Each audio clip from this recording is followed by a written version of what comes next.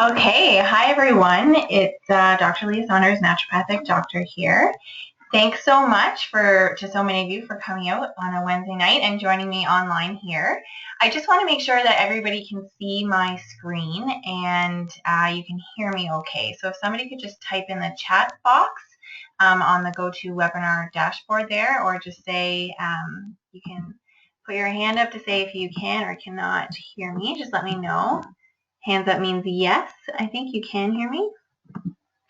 Let's see. Perfect. Okay. So Carrie can hear me. Thanks, Carrie. Awesome. So I wanted to do this webinar in the beginning of January because it's a time when we all make the best intentions for setting ourselves up for success for the year ahead. And usually there's a whole lot of focus on resolutions and setting very specific goals for yourselves and things you're going to do differently this year, which is fantastic and which is awesome. But there's so much that you have to do to set yourself up for success. And one of the biggest things I hear in my practice as a naturopathic doctor is that people are just tired. And I find that when you don't have the energy and the health that you need to back you up, you can't do the things that you want to do. So that's really where tonight's webinar is centered around. And I'm really excited to share this information for you and to you. So without further ado, let's get started. So like I said, I want you to create the life you want with the health you need behind you to back that up, because without your health, you virtually have nothing. And so what we're going to go through tonight are kind of the top things that I see people making mistakes in that's affecting their energy and affecting their mood and inhibiting them from doing the things that they love because their health isn't in the right place. And really that's often when it comes to people not having enough energy and their mood gets affected and there's lots of stress. So these things are so interrelated. So if we can increase your energy, your mood is going to be a whole lot better and you're going to feel like you can manage stress better. And if you manage stress better, your mood's going to be better and you're going to have more energy. So there is all kinds of intertwining themes here, and we're going to try to go through each of them over the next hour. And what happens when all of these three things are balanced is that you end up with the best you ever, because you've set yourself up for that success with the foundation of health that you need for the life that you want. So before we go any further, I want you to grab a paper and a pen or open a separate Word document on your computer. Just have it open for any notes you might want to take down, or if we're going to do some goal setting, so you can write down your goals there as well. And there will be a chance for question and answers right at the end. I'm just going to go through the slides in order and answer any questions you might have at the end, because otherwise I get distracted looking at the chat and trying to read and talk at the same time. But feel free to post any questions. I just won't answer them until the end. So a little bit about me for those of you who don't know me. That's me there in my office. I work out of Access Chiropractic and Wellness, and that's in Uxbridge, Ontario. I'm a naturopathic doctor, which means I basically have a general practice, and I see all kinds of medical concerns. Most often I see people who are kind of at their wit's end and aren't getting answers or solutions to the concerns elsewhere, or want to take a more all-natural approach. And so my goal when I work with my patients is to always figure out the root cause of your concern and to treat that instead of just covering up symptoms. And so as we talk tonight, that's going to become evident in terms of looking at your energy. I'm not going to just tell you to drink more coffee, but I'm going to say, let's look at your diet and see what's going on there, because food is your fuel. And so if you want to check out more about what I do and where I'm located, you can type in lsnd.ca and it'll redirect you to my full website. And like I said, if you have questions for me at the end, I'll be happy to answer them. But tonight's about you, and so I'm not going to spend a lot of time talking about what it is I do, because I think a lot of you know anyways. This slide is my motto.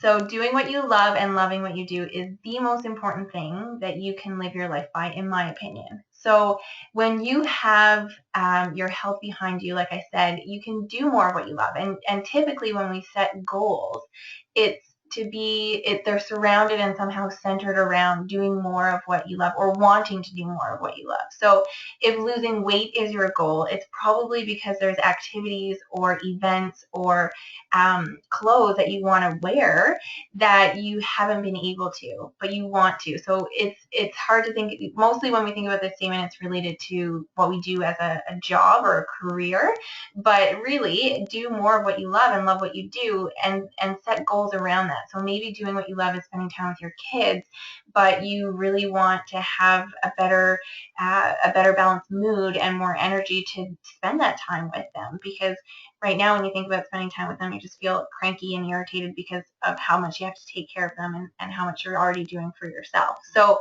tonight's webinar, I really tried to center it around this theme, because I think if more of us can do what we love and really love what we do, the world would be a much happier place. And so as you go through 2016 and as you go through this webinar tonight and set some goals, I want you to keep this statement in mind. Prioritizing yourself and you is not selfish. And so when we make time to care for ourselves, and when we make time to do the things that we love, and when we make time for our health and we prioritize ourselves, then everything else falls into place so much better. So if you make that time to exercise, then you're going to feel better and more focused and accomplish more at work. And then you're going to feel less stressed and you're going to have more energy. And so when you think about setting goals for 2016 and making this the year that's about you, that's not selfish, as long as you're not doing negative things to others in the meantime, right? So when you set your own goals and you prioritize yourself, and that might mean saying no to others for certain events, or it might mean, deleting someone on Facebook because they never post positive things. When you do those things, it's not a selfish act, but it's something that prioritizes yourself, so then you can take better care of yourself, and that ultimately means you can take better care of others and you can do more of what you love. And so I really want you to keep that at the front of your mind as we go through this tonight. And so 2016 and making this the best year ever is about making it happen. And if you want to make something happen, you have to make change to see change. So I see patients all the time who come in and they say that they want to get rid of their headaches, or they want to lose 10 pounds, or they want to get pregnant, or they want to come off of their diabetic medication. Whatever that change is that they want to see, I always tell them that they've got to make some sort of change to see that change come to fruition. So it might mean changing your diet. It might mean taking a supplement. It might mean exercising more. But whatever that change is that you want to see, you have to know that you have to make some sort of changes in your life in order to really see that change happen. And I think that's pretty straightforward. I think we get that, but I also think sometimes people forget it. I think we live in a society where we get most things in an instant, especially with the internet and especially with the way that we work and communicate and socialize now. You can order something online when you're doing your online shopping and get it the next day. And that's pretty amazing. But that doesn't happen necessarily with your health. And so when we make changes, we want to make them in a sustainable way, and we want to do them in a way that's accessible, so that when you make the changes, they stick with you and you can continue to build on them. But you still got to start somewhere, and there's never a goal or an action of change that's too small. So what I want you all to do right now is to write down a goal that you have without going any further through tonight's webinar. Whatever made you click on this link to say, you know what, I'm going to register and attend tonight, there would have been something. So whatever that goal is that you might have in mind for 2016, just write it down somewhere right now, and then at the end of the webinar, we're going to go through a few more specific tips on how to make any goal come to life a little bit more, make it a little bit more likely for it to come to life. Let's put it that way. Okay, so we're going to jump into the good stuff. right now. So making it happen for you, the number one thing I kind of wanted to focus on is having enough energy to do what you love. And that comes back to kind of what I was saying before. I hear a lot, probably the number one complaint I hear, a concern from people, is that their energy just isn't what they want it to be. And when you're not feeling energetic, it's really hard to make a dietary change, or it's really hard to exercise more, or it's really hard to have the patience to deal with people at work or with your kids. So a lot of times what I focus on with patients is increasing their energy and getting them to a place where they feel like they can handle things, and then we can make more change. And so I want to cover the basics of good energy production in the body, aside from any specific medical condition for you, so that if you're setting yourself up for success in 2016, then you've got the energy to do what it is you want to do, and you've got the energy to make it happen. And so that's why I chose this picture, because this girl's making it happen, right? She's climbed to the top of her mountain, and she's reached her summit, and she's met her goal. And that's what energy looks like. That's what energy, having enough energy to do more of what you love, looks like. So I hope that by the middle or end or anywhere in between of 2016, you can all look at this photo and say, you know what, I feel just like that. And when you accomplish a big goal that you set, that's exactly how you feel, and it's so fantastic. So how do we get there? How do we position ourselves to become in this place where we have enough energy to meet our goals? And the number one thing I think is that food is fuel. And so you wouldn't put water in your car that takes gas, because it can't run on water. It needs to run on gas. So the food that you put in your body is either the safest and most powerful form of medicine and the best source of fuel for your energy, or it's going to be the slowest form of poison. And I love that quote by Anne Wigmore. So I wanted to go through a couple of the biggest mistakes I see people making when it comes to eating, and when they're complaining of fatigue. So when they're saying, you know what, I feel kind of tired or really tired, and then we take a look at their diet, and here's maybe why. So a lot of people are skipping breakfast or skipping meals altogether, and that's usually a combination of being too busy, or having a long commute, or forgetting to eat because things come up at work, or forgetting to eat altogether, or skipping breakfast because you're prioritizing the kids to get them out to school and not yourself.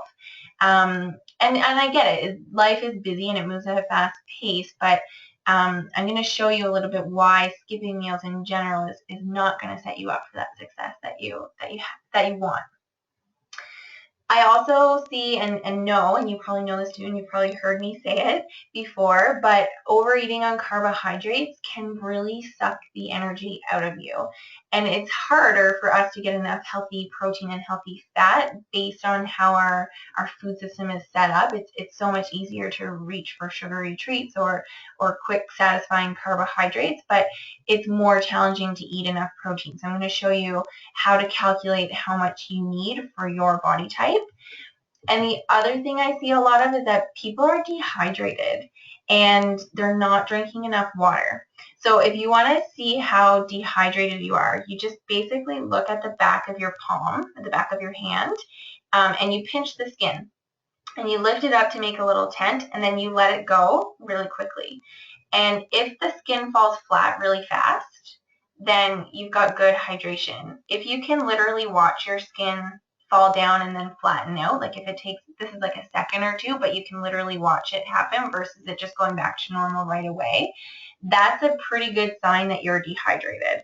So do that on yourself now and see what happens. But it might not be, you might be surprised to figure out how much water you need, and I'm going to give you the calculation to do just that. So these are the biggest mistakes that I see people making. That happens to all of us, but I'm hoping that you'll walk away with a few tips with how to battle these and how to avoid them. Because the problem with skipping meals, which is whether it's breakfast or lunch or anything in between, is twofold. One is that it makes cortisol go all wonky. And cortisol is your number one stress hormone. So your body doesn't know if you're not eating because you're choosing to skip a meal or because you're forgetting to eat, or if because you're starving and there's actually no food available. So because we're programmed in such a way from an evolutionary perspective, your body puts out your stress hormone, which is cortisol, and tells your body, hey, there's no food coming in. This is a stressor. And then cortisol does all kind of things like make your mood go up and down. It also inhibits your ability to burn fat. So when people are under stress for a long period of time, they often start gaining weight, especially around the midsection. Cortisol also makes your heart rate go up, and it makes you feel good temporarily because it was meant to give us a boost of energy so that we could run from lions and tigers and bears. But when we're inundated with stress over time and like years, that doesn't make our bodies function well, and it doesn't make our bodies feel good. And when cortisol goes up, your blood sugar also suffers. So your blood sugar starts to go up because cortisol going up is a signal to your body that you need that energy to run. And so it signals your body to raise your blood sugar, but then you're not running, right? You're probably still sitting at your desk wanting to respond to that email that just ticked you off, instead of getting up and running off and burning off that cortisol and that extra blood sugar that's around. So because you end up skipping meals and then you think that it's going to, you're eating less and you're going to lose more weight, but cortisol ends up fighting against that.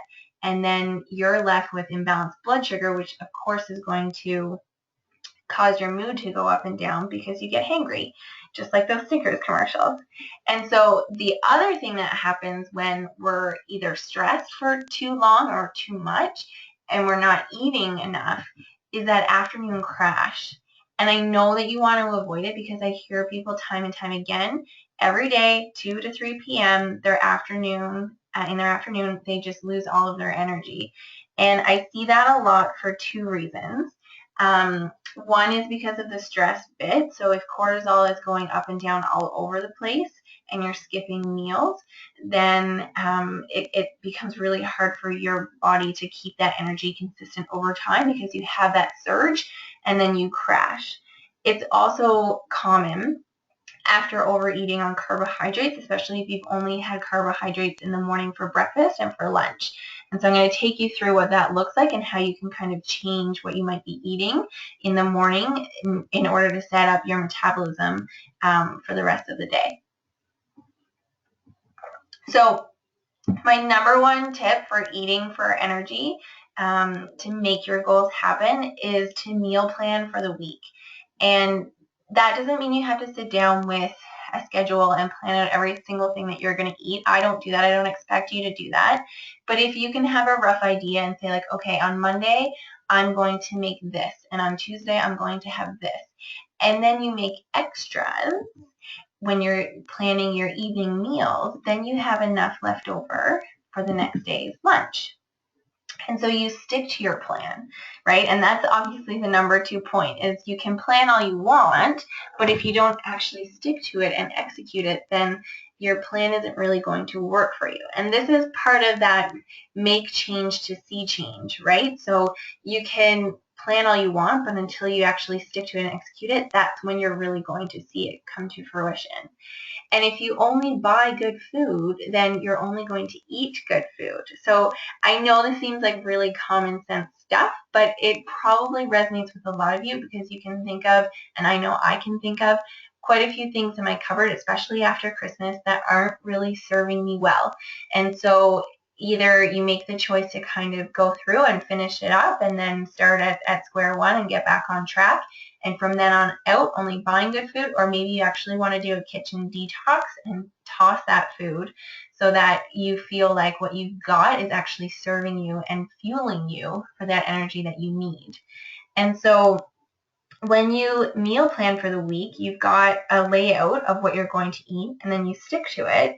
And you can spend extra time prepping for the days ahead on either Sunday or when you're cooking dinner. So typically I do my grocery shopping on Sunday, for example, and then I come home and we wash all the fruit. And if there's something like a pineapple or a melon or a pomegranate that needs to kind of be cut up and prepared for the week ahead so that we can get it early, then we do that on Sunday so that it's there and it's easy for us to grab right away when we need it.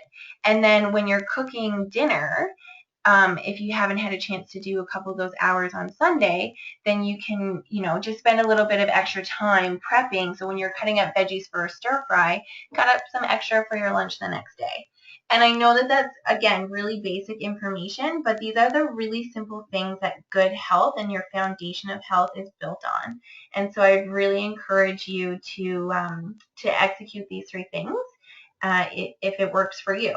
Now, Dr. Mark Hyman, who is one of my favorite guys, has something called the Emergency Food Pack.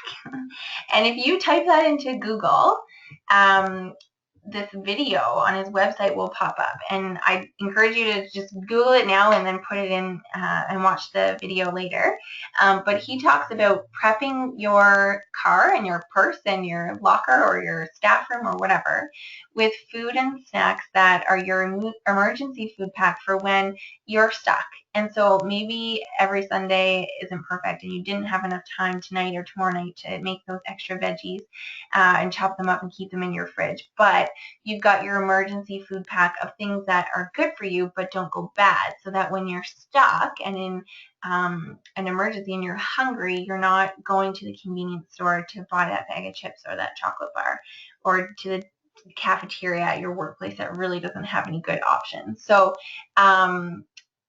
check that out. It's a pretty fun video. It's pretty quick and he's got some good ideas, and his entire website is amazing. The other point I wanted to make is to concentrate your nutrition. And so my favorite way to do this for myself and recommending to patients is to make protein smoothies. So like I mentioned before, most of us aren't getting enough protein in our day. It's just harder to get than carbohydrates because carbohydrates come from fruit and crackers and breads and pastas, and so they're typically a whole lot easier to come by. And so what I tell people is use any protein powder that you like. Just make sure that your protein powder is providing you with at least 20 to 25 grams of protein and virtually no carbohydrates because you're trying to optimize your energy production here. And you're probably going to add some carbohydrates if you add some fruit. And make sure it doesn't have any ingredients that you don't know how to pronounce. That's kind of my rule of thumb. So if there's additives or preservatives that you don't recognize, then chances are your body doesn't recognize those ingredients either. And so that's kind of my rule of thumb. Should be pretty easy to read the label and just look. Usually all the protein powders come with a scoop, and you just say you want one scoop should give you 20 to 25 grams of protein, and then you're not getting a whole lot of anything else. And then when you add it, so I put a picture up here of my kind of 3 go-to smoothies, and I'm going to give you the recipes for these later. But the green one, what people always get turned off by a green smoothie, but it's so delicious because it has just a little bit of pineapple in it, and cucumber and spinach is what makes it go green, but it doesn't taste like spinach because you've got the fruit in there. And the berry one is so easy. It's 1 banana, a handful of berries, your scoop of protein powder. I usually use unsweetened almond milk, and it's like a strawberry milkshake, but it's good for you. And the bottom one is everybody's favorite, time and time again. It's 1 to 2 tablespoons of a nut butter, so I recommend the all-natural nut butter, so whether it's peanut or almond or whatnot. Throw in a banana and a tablespoon of cocoa powder. Use that unsweetened almond milk and blend it up, and it gives you a fantastic amount of protein, a fantastic amount of fiber and antioxidants from the cocoa, and it tastes like a peanut butter cup without the all the stuff that you don't want, without all the refined sugar. So protein shakes are a great way to really concentrate your nutrition and to get you what you need. So you can use these as a meal replacement if you're adding nutrition to it. So if you're doing the protein powder with fruits and vegetables, then I generally say that that's an okay substitute for a meal replacement. But if you're just mixing the protein powder with milk or water or something like that, that's not really enough to sustain you because it's not giving you any fiber. So you're just going to burn through that. It's fine to do in addition to a meal that you might be having, but it's not necessarily enough on its own. And so for people who feel like they don't have an appetite for a meal in the morning, or they're really busy in the morning, like they have to get up early to commute or whatever, this is my go-to because you can make it. I usually make my smoothie before I leave my house, but I don't have it until mid-morning. So, and you can drink it slowly over a little while, and it keeps me full between my breakfast and lunch. And without it, I'm starving and my stomach is rumbling. So for me, I use it as an addition to the meals that I eat to get enough protein throughout the day and to stay energized, but I know some people also use it for their breakfast, and like I said, that's okay if you're adding additional nutrition to it.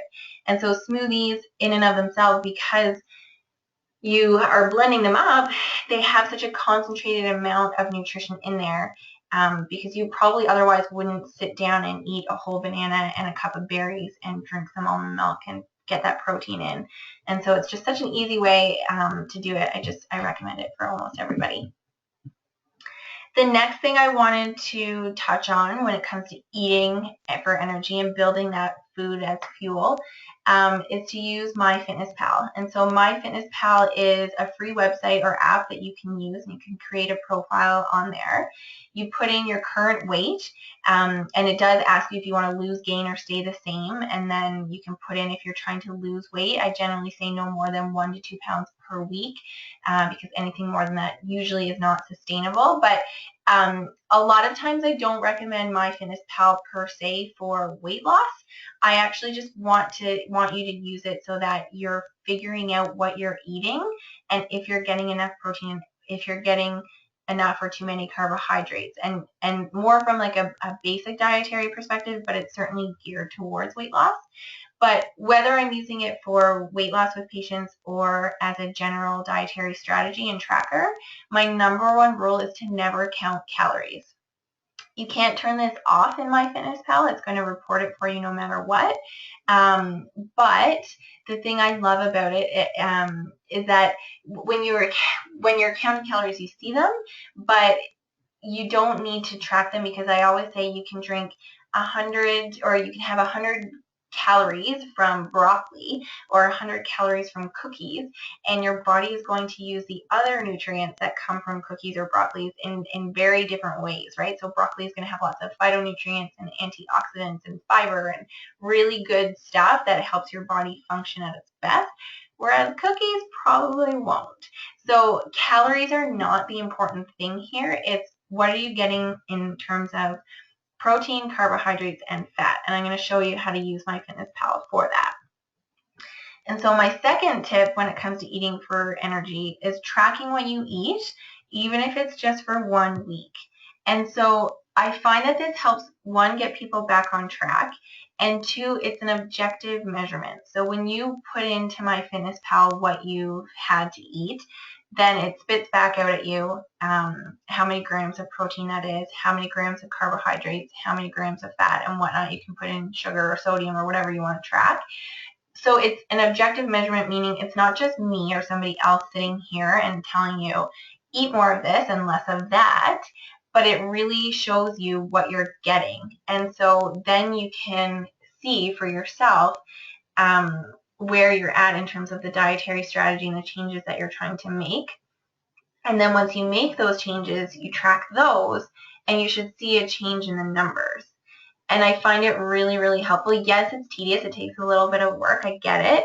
But it also becomes easier over time because you can store your own meals and recipes that you go to. I recognize it's not perfect either, because not every apple or banana is the same size, and you put that in and you're kind of guessing. But as a starting point, it really helps, because you'll realize if you're getting enough of one thing or too much of the other. And then when you change it and figure out and the numbers make sense with and correlate with the improvements that you're feeling, if you have an off day and you're like, why am I not feeling so great? you'll probably be able to work backwards and figure out, oh yeah, I know because of what I ate, I probably didn't get enough protein or fat, or I overate on my carbohydrates today. And so number 3, of course, is get enough protein and reduce carbohydrate intake. And yes, we need carbohydrates for energy. They're absolutely essential and important for what we do and as we live and produce energy as human beings. But like I said, it's really easy for us to overeat on the carbohydrates. And so the general recommendation is to reduce them. But then there's also the extreme of reducing them too much. So I want to go through that as well. So step by step, when it comes to protein, what is the right amount? And a few of you I know this answer. And so you should be getting at least 1 gram of protein per kilogram of your body weight each day. So that means if you weigh 150 pounds, you convert that by dividing by 2.2. It's about 68 kilograms. So that means you need at least 68 grams of protein a day. And what does that look like? So if you have your protein shake, that's going to give you about 20 to 25. If you have a serving of meat with your dinner, like a chicken breast, that's going to give you about the same, so 20 to 25. So you're about 2/3 of the way there. And then the other 20 probably comes from some protein. Maybe you're having leftovers for lunch, or hard-boiled eggs, or nuts and seeds, and different things, Greek yogurt, for example, nut butters, all these things that provide us with a little bit of extra protein. So now when you use that formula, 1 gram per kilogram of body weight, it works to a certain extent, because if you tend to be extremely overweight and if you weigh, let's say, like 150 kilograms, that's going to be a whole lot of protein, and it's probably going to be pretty difficult to obtain in one day, and you probably end up super constipated because that's a whole lot of meat. So I generally recommend that people aim for the 1 gram of kilogram per body weight, up to a maximum of like 100 to 125, depending on the person and what they're doing, because getting more than 100 to 125 grams of protein can be pretty challenging for most people, and I find they stay satisfied at about that 100 gram mark. So, but if you're trying to lose weight, that's definitely where you want to aim for that 1 gram of 1 gram of protein per kilogram of your body weight.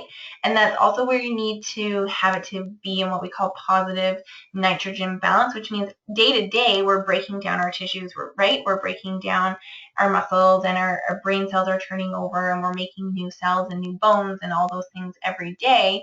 And so we need protein to do that. And so when you want to just stay equal, it's actually like 0.8 of a gram that you need, but we'll say 1 to make it easy. If you're really trying to boost your metabolism and get on the exercise train, and you're doing a full program for weight management, then you want to aim for about 1.5 grams of protein per body weight. Because did you know that endurance athletes, like marathon runners, actually need more protein than bodybuilders? So that's why when you're exercising, you're burning that energy and you're doing those things, you actually need more than just for that energy production to sustain you, than to just build muscle. So 1 gram of a kilogram per day is the take-home message for protein. So when it comes to carbohydrates, what's the right amount? And this is a tricky question, because it's not necessarily a cut and dry answer in terms of a gram amount, but it's about the right kind of carbohydrate. So when we talk about carbohydrates, it's sugar, basically. You can have sugar in the form of white refined sugar. You can have the sugar that comes from fruits and vegetables. You can have the sugar that comes from grains, or the sugar that comes from beans and legumes, and even alcohol, for example. So all of those types of sugars and carbohydrates are going to have a very different effect in our bodies. And so what we want to make sure that we're doing is eating the right kind of carbohydrates, because Dr. Mark Hyman, who I mentioned before, he says, low carb diets are what we know work for weight loss, but I recommend a high carb diet. And you're like, what? And when you read between the lines, he's talking about high carbs from the sense of fruits and vegetables that serve you and provide you with that high concentration of phytonutrients and fiber, but aren't necessarily high in the carbohydrates that affect our blood sugar levels to the point of making us gain weight. So eating your greens is the best thing that you can do when it comes to carbohydrate sources, because I always tell my patients eat unlimited amount of green vegetables, and they don't count towards your carbohydrate count. So if you're tracking on MyFitnessPal and you're having a salad with a chicken breast every day for lunch, and then you look at it and you're like, I'm over on the carbohydrates. If it's counting any carbohydrates from a salad, then disregard it unless it's counting it from something like the chickpeas that you're putting on there. Those types of vegetables and carbohydrates are what we call slow burning carbohydrates. So because they're so high in fiber, they take a whole lot longer than other sources of carbohydrates to be metabolized, and that helps keep your blood sugar balanced, and it helps keep your mood balanced, and it helps you manage stress better. And so when it comes back to our theme of tonight's webinar and how we're trying to balance those three things, it really comes down to fueling your body so it has the ability to do that. And so when you eat the right kind of carbohydrates from your vegetables, that's where it's going to get you there the fastest. You want to focus on eating moderate amounts of whole grains, berries, legumes, and stone fruit. So that would be things like plums and peaches, anything that has a pit in the middle. I don't think apples count, but it's more those big pits. The reason being is that they're great sources of carbohydrates, but they're burn a little bit more quicker than the greens, and so you end up with those fluctuations in that blood sugar, which can lead to more crashes. But if you're pairing these things, like if you're putting berries in a protein smoothie that's giving you additional fiber and protein is also really is also more slowly burned in your body, so it's a better way to combine food so that you're getting the carbohydrates, but then you're not metabolizing them super fast so that your blood sugar is going through the roof and then crashing down. You want to try to avoid starchy vegetables and high sugar fruits, so that would be things like pineapple and mango and things like that. If you're trying to be strict on the carbohydrate intake, and if you're trying to manage weight or diabetes, not so much if you're just trying to maintain a healthy weight and lifestyle. I'm not saying eliminate them from your diet completely, but these are things like the squashes and the potatoes and things like that, which again just put that tax on your system and make you go into that kind of food coma, because it takes a whole lot longer for your body to kind of work through and break that down into more usable energy. And so again, it's about the right kind of carbohydrate. Should you still eat carbohydrates? Absolutely. On the extreme end, like I mentioned, when people do things like the Bernstein diet, where they virtually eliminate all carbohydrates, like they're not eating any fruit or any grains, it's typically really, really challenging for them to come back to eat any carbohydrates at all without noticing a huge rebound weight gain or huge changes in blood sugar. So in terms of it being borderline high. And so we don't want to eliminate them completely, because our body needs to maintain the ability to deal with them and metabolize them and use them. And so that's why it's still encouraged to get healthy sources of the carbohydrates without going too extreme on either end. So a general rule of thumb, I say, if you're really trying to lose weight, keeping carbohydrate intake under 100 grams is where it should be. Otherwise, if you're just trying to maintain a healthy lifestyle, then follow this pattern where you're getting your greens every day, moderate amounts of the other things, and you completely kiss processed foods goodbye. Because anything that has a label or a health claim, ironically, probably isn't good for you. And so when you see something that says fat-free, it probably just means that it has extra sugar in it to make it taste good, because fat makes our food taste good. And so when you see low fat, it probably compare it to the full fat in terms of the sugar content, and you'll probably see that the carbohydrate content is higher in the fat-free one. But remember that when you over intake on carbohydrates, so the more sugar that you take in, it ultimately just gets converted to fat in your body anyways. And so it's kind of how the food industry has manipulated what we eat, and that ultimately affects our metabolism. So my last tip for eating, or I should say drinking for energy, is getting the right amount of water. So there's a really fairly easy calculation you can do, and that's also taking your weight in kilograms and dividing it by 8. And so if we take that person who we said weighed 150 pounds before, 68, and you divide that number by 8, that equals about 8.5 cups of water. And so that's a little over 2 liters. And so that's how much you should be getting if that's how much you weigh. And most people are like, wow, that's a lot of water. And so this isn't a have to, you have to get this much water in a day, but it shows you your recommended amount. And it's for you because it's based on your body weight. And I always say add 1 or 2 cups for every dehydrating drink that you might have. So coffee, for example, because it contains caffeine, it makes you pee because it's a diuretic, and so that tends to be a little bit more dehydrating, and so you want to have an additional cup of water for that. But if you're drinking herbal tea, for example, which doesn't have any caffeine, then there's no need to replace water because it's not dehydrating. And herbal teas can actually count towards that 2-liter count or goal that you might be trying to do. So how do you get this much? My patients know that I have a 1-liter jug that sits on my desk, and so I fill it up at the beginning of every day, and I know that I've got to get through that liter while I'm in my office and doing my job. And if I don't, then I know that I've got a whole lot more water to drink later.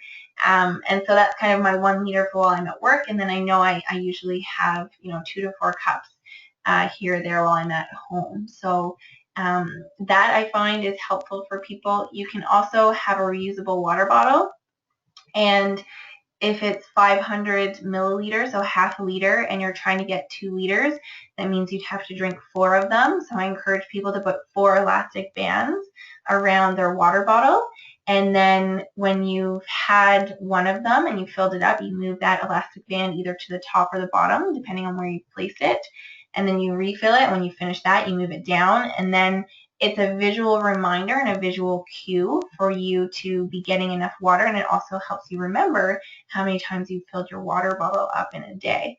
And so staying hydrated is an amazing and incredible way to improve your brain clarity and your clarity of thought. And so if you're somebody who really struggles to focus or concentrate or stay alert at your desk or in your job, think about how much water you typically get in a day and if you're getting enough, because you'd be surprised at how big of a difference it can make when you're really hydrated. I'm going to take a drink myself. So the kind of combination, the winning combination for those 3 things is to really have good food to eat and make a little bit of time to prioritize you and to prioritize what you are eating, and set that time aside in food preparation so that you set yourself up for success for the week ahead.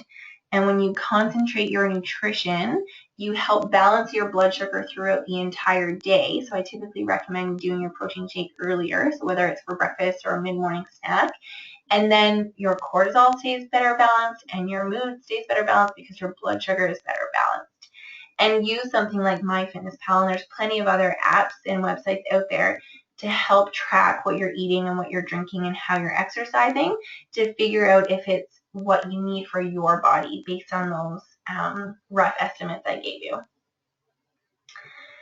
So the next step, I know everybody loves, is sleep. And so when it comes to setting yourself up for success in 2016 and having enough energy to do what you love and to do what you want to do, you obviously have to have a good sleep to set you up for success for the day.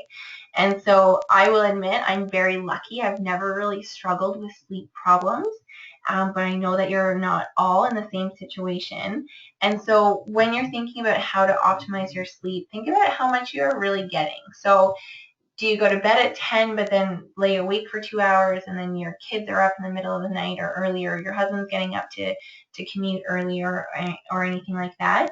And think about the hours that you're really getting and how much you feel you really need. And everybody's unique in that amount of sleep that they need. The general rule of thumb, people say, is 8 hours, but you might be fine with 7, and somebody else might need 9 or 10. So figure out how much you're really getting and think about how you might be able to optimize it, and how you might be able to improve it. And some of those ways to improve it is to ask yourself if you're moving your butt. And so are you getting up off that chair, and are you moving your booty, and are you exercising at any point during the day? Because moving your butt during the day helps you sleep so much better at night, unless, caveat, you are obviously exercising at night, and then it can be a little bit difficult to kind of wind down. But when you exercise and when you move your booty, then you burn off those stress hormones that tend to stick around for the rest of the day and tend to make it more difficult for us to sleep. Because again, when your cortisol, so when that stress hormone is high, that actually inhibits our melatonin production, and melatonin is a hormone that we all produce to sleep. And so keeping stress in check, whether that's through other forms of management or just, keeping your blood sugar balanced is one important way to do it, will optimize how you're sleeping. And if you're having trouble falling asleep, there's 2 things that I always recommend. One is to decrease your screen time before bed. So screen time just refers to anything like computer time or TV time or phone or tablet or whatever, because that hormone melatonin that I mentioned that we all produce to help us sleep, it actually gets produced as the day gets darker. So as the day goes on and there's less light from the external environment, we produce more melatonin to help us sleep. But now we have such an artificial technological environment that really puts so much extra light in through our eyes that our melatonin gets produced less and less and later, especially if you're using your phone or your tablet right before the time you're going to bed. So if you have trouble falling asleep, then I always recommend decreasing screen time at least a half an hour, ideally at least an hour, before bed, to help you optimize that melatonin production. And then you can do things like just have lamps on instead of big bright lights, and you can read instead of have a hot bath, instead of watching TV, to kind of help optimize that melatonin production. And if you're someone who has a restless mind before going to bed or when you're in bed, then passion flower and passion flower tea is absolutely fantastic at reducing that pattern of cyclic thought, so that overactive mind that we all get at times, especially sometimes when the head hits the pillow. Passion flower tea can be a great way to help you unwind, and then it becomes a little bit of a bedtime routine, which isn't just for kids. Now, if you're falling asleep, no problem, but you're having trouble staying asleep, that's commonly due to 2 reasons. One is unstable blood sugar, so you might not have eaten either enough fiber and healthy fat and protein in your dinner to sustain you through the rest of the night, or you might not have eaten enough at all, or anything later in the day. And so if your blood sugar actually drops in the night, then you wake up. And this is evident for anybody who's ever tried to go to bed hungry. It's really, really hard to fall asleep. And so if you go back to thinking about, okay, I want to make sure I'm getting enough protein throughout the day, then that's going to help you stay asleep at night. But you can also, if you're someone who wakes up throughout the night, then you can try having a really protein-rich snack or a fat-rich snack before bed, so that you could do, for example, a protein shake, or you can do an apple with almond butter or peanut butter or something like that before bed, to get that fiber and that fat in you to help you stay asleep. Obviously, you don't want to overeat before going to bed, but you might need a little bit of support in that department. And you can actually supplement with melatonin. And I find for people who fall asleep no problem but have that trouble staying asleep, then prolonged release melatonin might be helpful. And that's when it's just a form of melatonin that gets slowly released over the night. So you fall asleep and then you help your body stay asleep by having more melatonin around. And melatonin is fantastic because it's not addictive, it's not habit forming, and it's a really, really safe supplement that's also really affordable. So and it's one of those things I think is kind of underutilized a lot. And so if you're doing all of these things and you're optimizing, trying to optimize your sleep to make the most of your year and to set your goals and reach them, but you're not waking up rested, then I find B12 injections are the best for this. And so I know some of you on here are my patients who do these with me regularly, but you can probably attest to how much they help with improving mood and improving energy. And a lot of people tell me it helps with their sleep, specifically helping them feeling like they actually woke up with a good night's sleep. Because a lot of people are sleeping, quote unquote, 8 hours and sleeping enough, but they're not waking up rested. And I find when we do a B12 injection and do a couple over the course of a few weeks, they really notice improvements in a couple of those areas. So I just wanted to mention that too. So if you've worked at optimizing your diet and sleep, and the next thing we need to look at as part of that triangle is really managing stress to do what you love. Because I'm sure that if I show you this next picture, it's all too familiar to most of us. And so, we, like I said, life is busy for all of us, and we all work in a fast-paced environment. And second to fatigue, I'm sure stress is probably the most common concern that I hear people say that they're dealing with, and we're all dealing with it. And so I recognize it's not possible to avoid every stressor in your life, because we all have them, but it is also possible to feel different about your stress, and it is possible to disengage and disconnect and find a sense of calmness and well-being. So like that girl who was on top of the mountain and had reached her goals, and that's what I want you all to feel like at some point during this year. I hope that you can also feel like this person in the picture at some point. Even if yoga or meditation is not your thing, I get that, but she's calm, right? And she's collected, and there's probably no distractions for her, and she feels good in the moment. And if we can all achieve that, even just a couple of times a week, then I think we're all willing. But it takes hard work to do that. And so I wanted to give you 3 tips to make it happen and how to stress less to start. And one is that something's got to give in most cases. And so a lot of times we just overcommit ourselves. And let's go back to that first statement I said, to keep at the forefront of your mind, and that's prioritizing you is not a selfish thing. And sometimes we're just too busy taking care of other people and other things, and we forget how to say no. And saying no is not quitting, and it's not giving up, but sometimes you just need to say, you know what, I can't commit to that social gathering in 2 weeks because every Saturday this month is booked up for me, and I need a day for me, because you need a day for you, and that's how it is. And so when you think about the stress that you have in your life, and that's different for everybody because we all perceive stress differently, and that's an important consideration to make. When you think about listing the stressors that you have, what could you potentially give up? What could you shift, or what could you change to make it so that your life is easier? And that's not the same as quitting on something or giving it up completely, but it's modifying your lifestyle and your commitments so that they work for you, and so that your health and your wellness is still prioritized in the meantime. And so that might come to learning how to delegate. And this isn't to be confused with being lazy.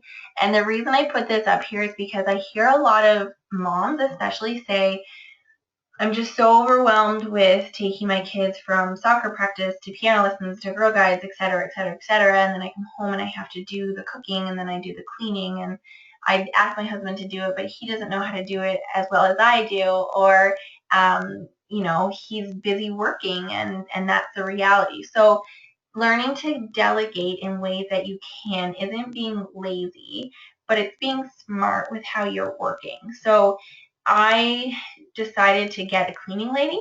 I do not live in a big house. I rent an apartment with my husband.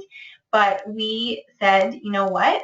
The stress of us trying to negotiate who would clean what and making sure that it got done as frequently as we would like it done, which obviously didn't always come to how often we did it. We just said, you know what, we're going to hire someone to do this because we'll pay her $50 once a month to come in and do it. And that's an hour and a half or 2 hours that I have to do more of something that I love, that's helping me stress less, and that's giving me more energy, and that's balancing my mood, because I'm not coming home grumpy because I have more to do and feeling tired because I have more to do and feeling stressed because I have more to do, but I'm coming home with a load off my shoulders because I've delegated it to somebody else. So that's just one example of how you can do that, and I'm sure you can get creative in other ways, but there might be responsibilities that you can delegate to your kids or to your partner, or to your friends. And I saw this really cute quote online the other day, and it said, if your kid knows how to use a smartphone, they probably know how to turn on a washer. And I think that's a really important thing to remember, especially because I know a lot of you are moms who love their kids and take care of them and want the best for them, and you do so much for them, but they can do things too. And so remember that learning to delegate can sometimes be a really effective way to work smarter and don't feel guilty about it, or don't feel lazy about it. My number 3 tip is to shake it off, just like the Taylor Swift song. So whether that's exercising or laughing or moving, when you have a stress in your life, one of the most effective ways you can deal with it is to literally get up and move and shake it off. So that might be physical activity for you. It might be having a dance party by yourself when you get home, or in the car blasting the music or something like that. But you shaking something off in a physical way, or letting it roll off your shoulders or blowing it off, isn't to be confused with apathy. So it's not that you're apathetic about a situation when you're shaking it off. When someone's made a comment for you, you have more demands or whatnot, but you're just letting it be there and you're acknowledging it, but you're not letting it affect you on such a deeper level. So for every single person, this is a different way to deal with things. Some people like to color or journal or whatnot. But if you can do something physical that is totally unrelated to the stressful situation, it usually leaves you feeling a whole lot better. And I would almost guarantee that it would leave you feeling a whole lot better. And so when we're stressed, I wanted to take you through what that actually looks like on a biochemical level in your body. And so this is just a diagram of your brain and the hypothalamus, which is kind of in the middle of your brain, and then the pituitary gland, which is a really, really tiny gland inside your brain in that circle, and then your adrenal glands, which are located in your abdomen just above your kidneys. And so when you have a physical or a psychological or environmental stress, like I said, everybody perceives stress differently, so that means something different for all of us. Your hypothalamus actually senses the amount of cortisol that you put out. And so your brain starts to do different things and releases different hormones according to how much cortisol and adrenaline it is putting out. And so how do you think your cortisol levels are? If you've been stressed for a really long time, they're probably really, really high, if not coming down again because you're adrenally fatigued. If you're just experiencing stress for the first time, which probably is unlikely, then it's probably climbing. So there's different stages of what we call adrenal fatigue, but no matter where you're at, supporting your adrenal glands is crucial for managing stress. And because we all deal with stress, I would say this is crucial for almost every single person on this planet. And so there are different ways to support your adrenal glands. There's certainly a lot of dietary and lifestyle things that you can do, like balancing your diet and exercising and doing kind of like a mind-body exercise, like I mentioned before, like yoga or coloring or something like that. But there's also a lot of supplements that you can use and herbs, and some of my favorites include herbs like withania and licorice and B vitamins.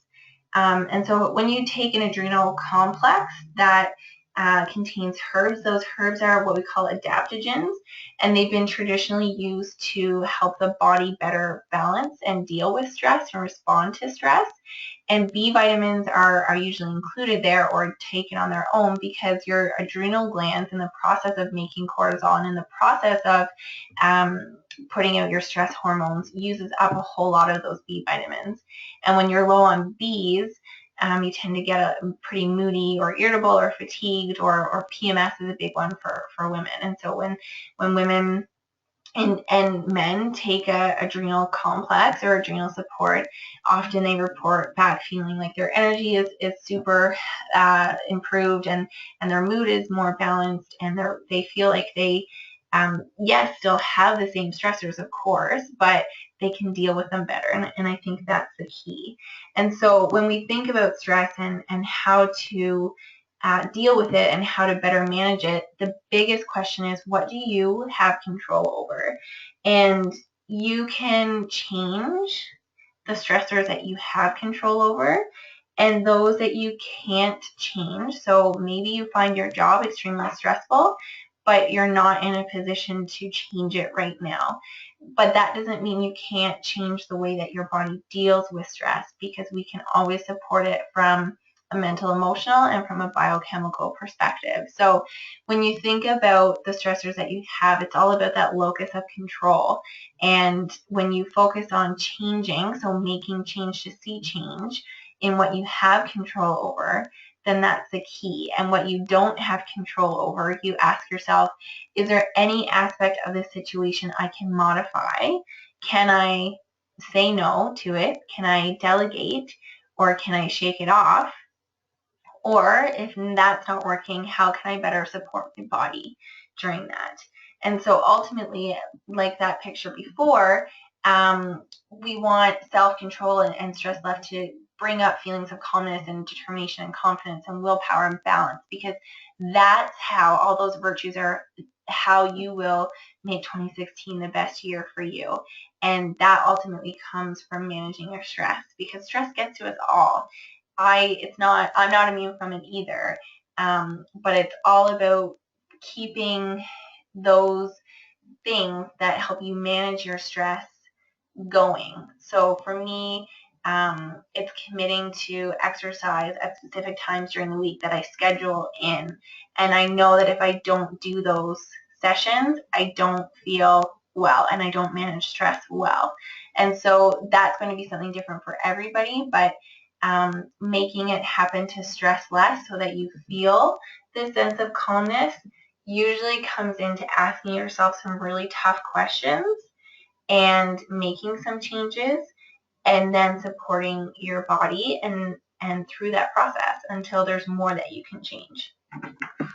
And so, of course, if your stress is under control and you have lots of food for fuel, then you will have a nice balanced mood to enjoy what you love to do. And having a balanced mood is key for staying motivated and staying energized and staying determined to make 2016 the year that you want it to be. And when our mood suffers for any reason, it's obviously a whole lot harder to feel motivated to do the things that we want to do and the things that we love. And of course, it's normal to have ups and downs. We all have that. But when your mood is imbalanced to the point that you really feel like it's affecting your day-to-day life and your overall quality of life, that it becomes an issue and it needs to be addressed. So beyond anything more extreme, there's 3 tips that I wanted to share with you about balancing your mood and boosting it. And number 1 is getting outside. So I'm sure you've all read or seen or experienced how attention deficit disorder and ADD are increasing in numbers in our society.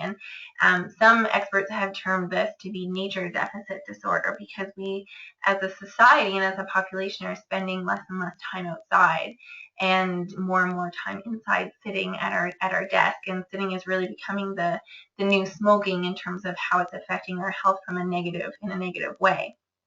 But getting outside, even if it's just for 10 or 20 minutes every day, has been shown to increase serotonin, which is one of our feel-good hormones.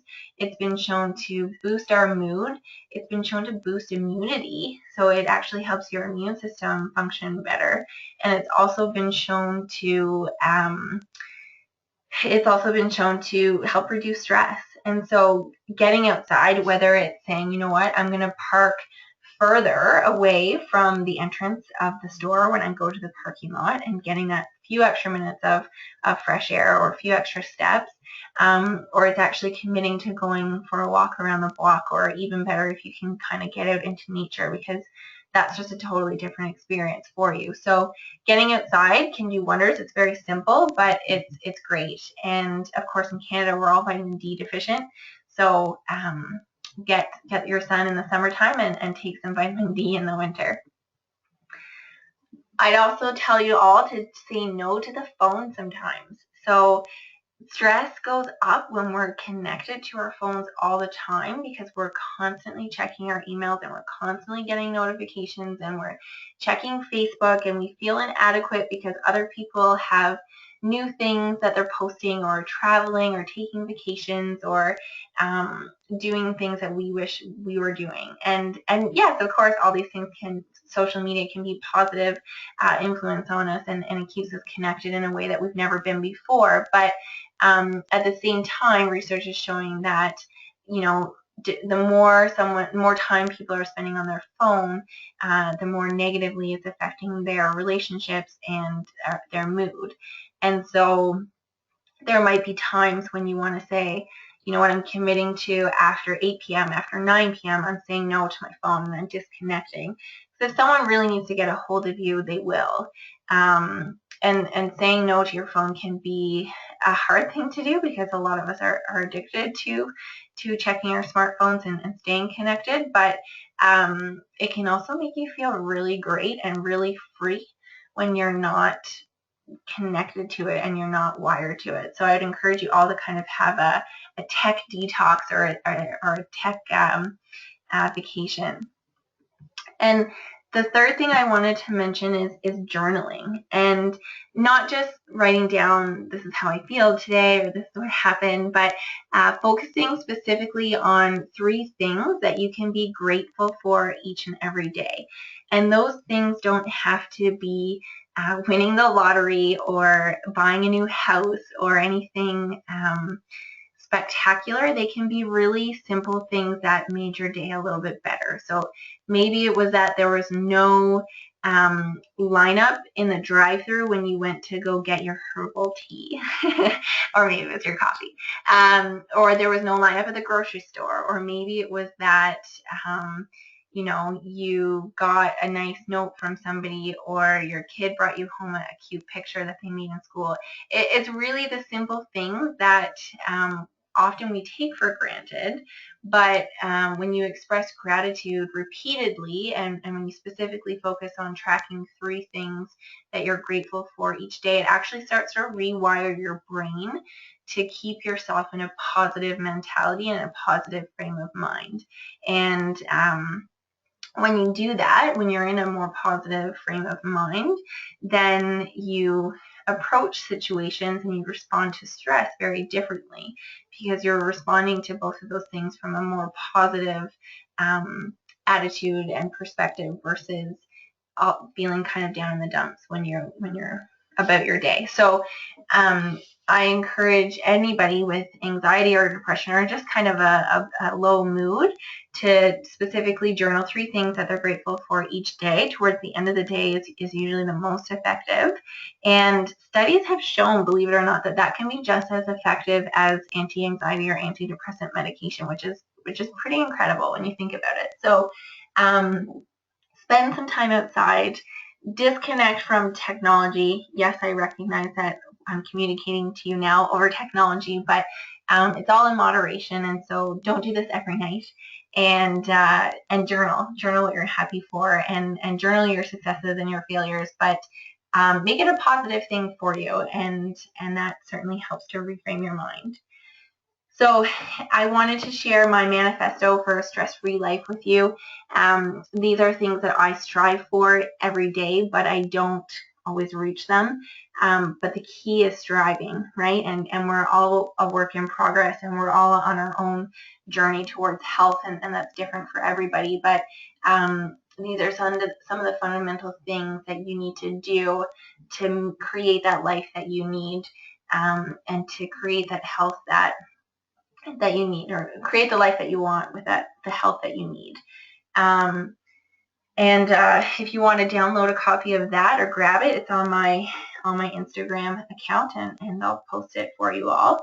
So let's go back to the beginning where we said we'd write down our goal. So hopefully all of you wrote down a goal that you have in mind for 2016. And that might be related to some of the things that we talked about tonight, but it might not be, and that's okay. But ultimately, I think any goal of doing more of what you love in any way has to do with a good foundation of health. And so I'm sure in some way it's related to what we've been talking about. And so what you want to do to make sure that this happens, because we've all written down goals and then we've left them not to be pursued further, we want to then write down 3 things that need to be done to make it happen. And so if you want to, let's say, lose weight, because that's an easy one to kind of cover from a goal perspective, then 3 things that need to be done. Probably you might need to exercise more, and you might need to choose different food, and you might want to do a meal plan, because that's going to help you stay on track. And once you've written those 3 things that need to be done to make it happen, you want to write down 3 actionable next steps that will move you towards the goal. And so that could be buying that Fitbit that you wanted to buy for yourself to keep you on track, or it might be if your goal is to work less, for example, then you probably need to talk to your boss, or you might need to take more work at home days or whatnot. And those 3 actionable next steps are actually going to be the things that you can do to make sure that those things happen. So if talking to your boss to work less, then you're actually going to have to email them or call them or something like that. And if you're making a meal plan to lose weight, then you're going to have to actually sit down and go through your recipe books to figure out what it is you want to make, or invest in a slow cooker, or something like that. So when we write these things down, they become so much more real, and they become so much more likely to happen. And so the next step is to set due dates on your actionable steps. And when you set your due date, you want to make sure that it's reasonable and it's achievable. So don't expect to change your world overnight. Give yourself time, because we don't want to add more stress to your life. But set the due date so that you will be more motivated and accountable to act on them and to achieve them. And then, of course, you do them. And I just realized that do is spelled wrong there. So D-O them, get them done, and then you are acting on it. So it's just like the planning to eat good food. You plan for it, and then you do it, and then it happens. And so I always say to my patients, my goal is to not make anybody's life more stressful by giving you this information. I hope it's helpful in some way, and that you can each take away at least one step or one tip that you can put into play in your life over the next little while. I don't expect you to do it all at once, because like I said, our health and all of our lives we're each on our own unique journey. And so figuring out what it is that is your priority and making you a priority, but then what's your next steps to make 2016 the year that you want it to be.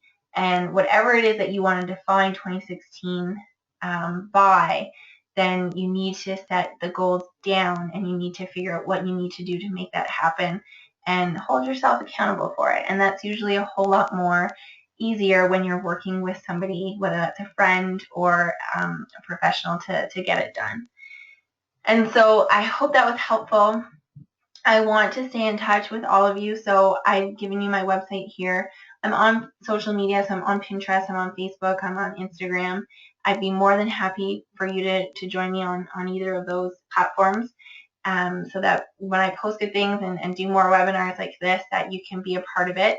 And if you want to receive my newsletter and you haven't already been signed up, you can just go to my website, and under services and treatments at the top, you can scroll down and click on newsletter, and then just put in your email address. I don't spam you.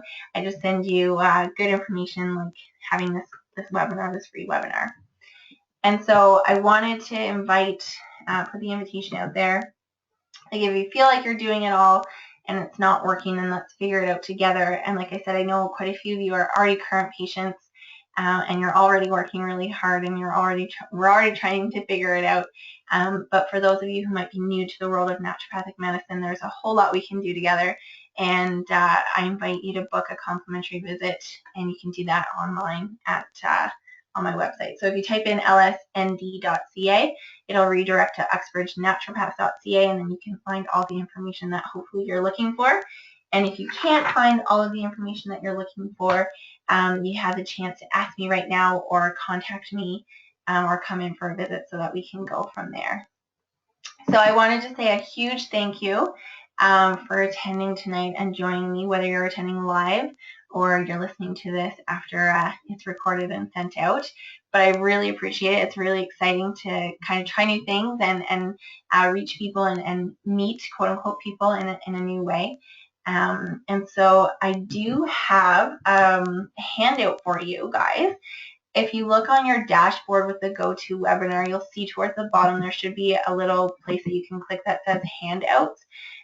It's a copy of my 3-day energy breakthrough guide, because as I was creating this webinar, I didn't really intend it to be so focused on energy and fatigue, but I realized that when one of the biggest obstacles that people face when it comes to meeting their goals and making their years and their time what they want it to be comes down to having enough energy to do that. And so there are some smoothie recipes and good recipes. I think they're all gluten-free, refined sugar-free, so they're all really great stuff that helps you stay energized. And so feel free to download that helps you stay. Sorry, I was just getting some feedback there. So you can download that handout, and hopefully there's lots of good information in there for you. And so now I just wanted to open it up for questions, whether it was something I talked about in relation to this webinar, or something else that you had a question in relation to naturopathic medicine in general.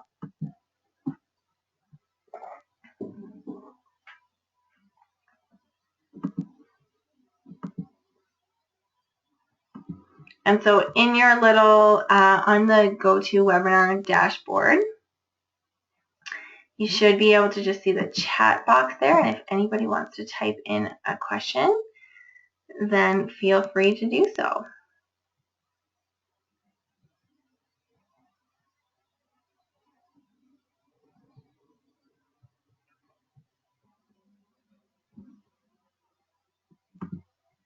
Great. Well, I think this makes my job a little bit easier. I don't think there are any questions. We have quiet attendees tonight. So if anybody has any questions after tonight's webinar, feel free to just hit reply to the emails that you've been receiving, and I will send you all recording. Hopefully it works without an issue, and hopefully you all join the next time I have another webinar. And if there's any specific topics that you would like a webinar to be held on, please let me know, because I'm more than willing and open to do that. And so no problem. I'm glad it was helpful.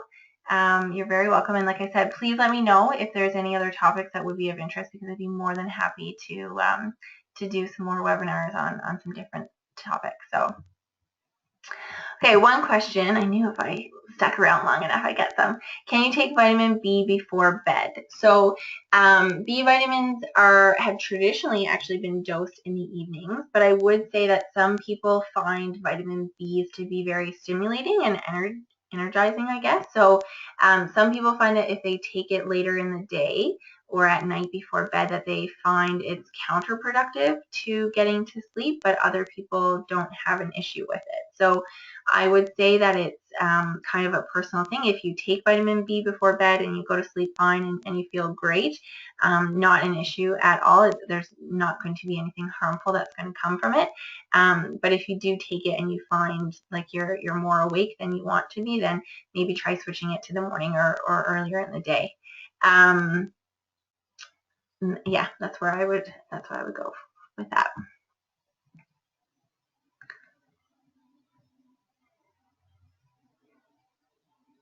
Perfect. Okay. Well, I'm glad to have done this for you. There's coming in quite a few thank yous.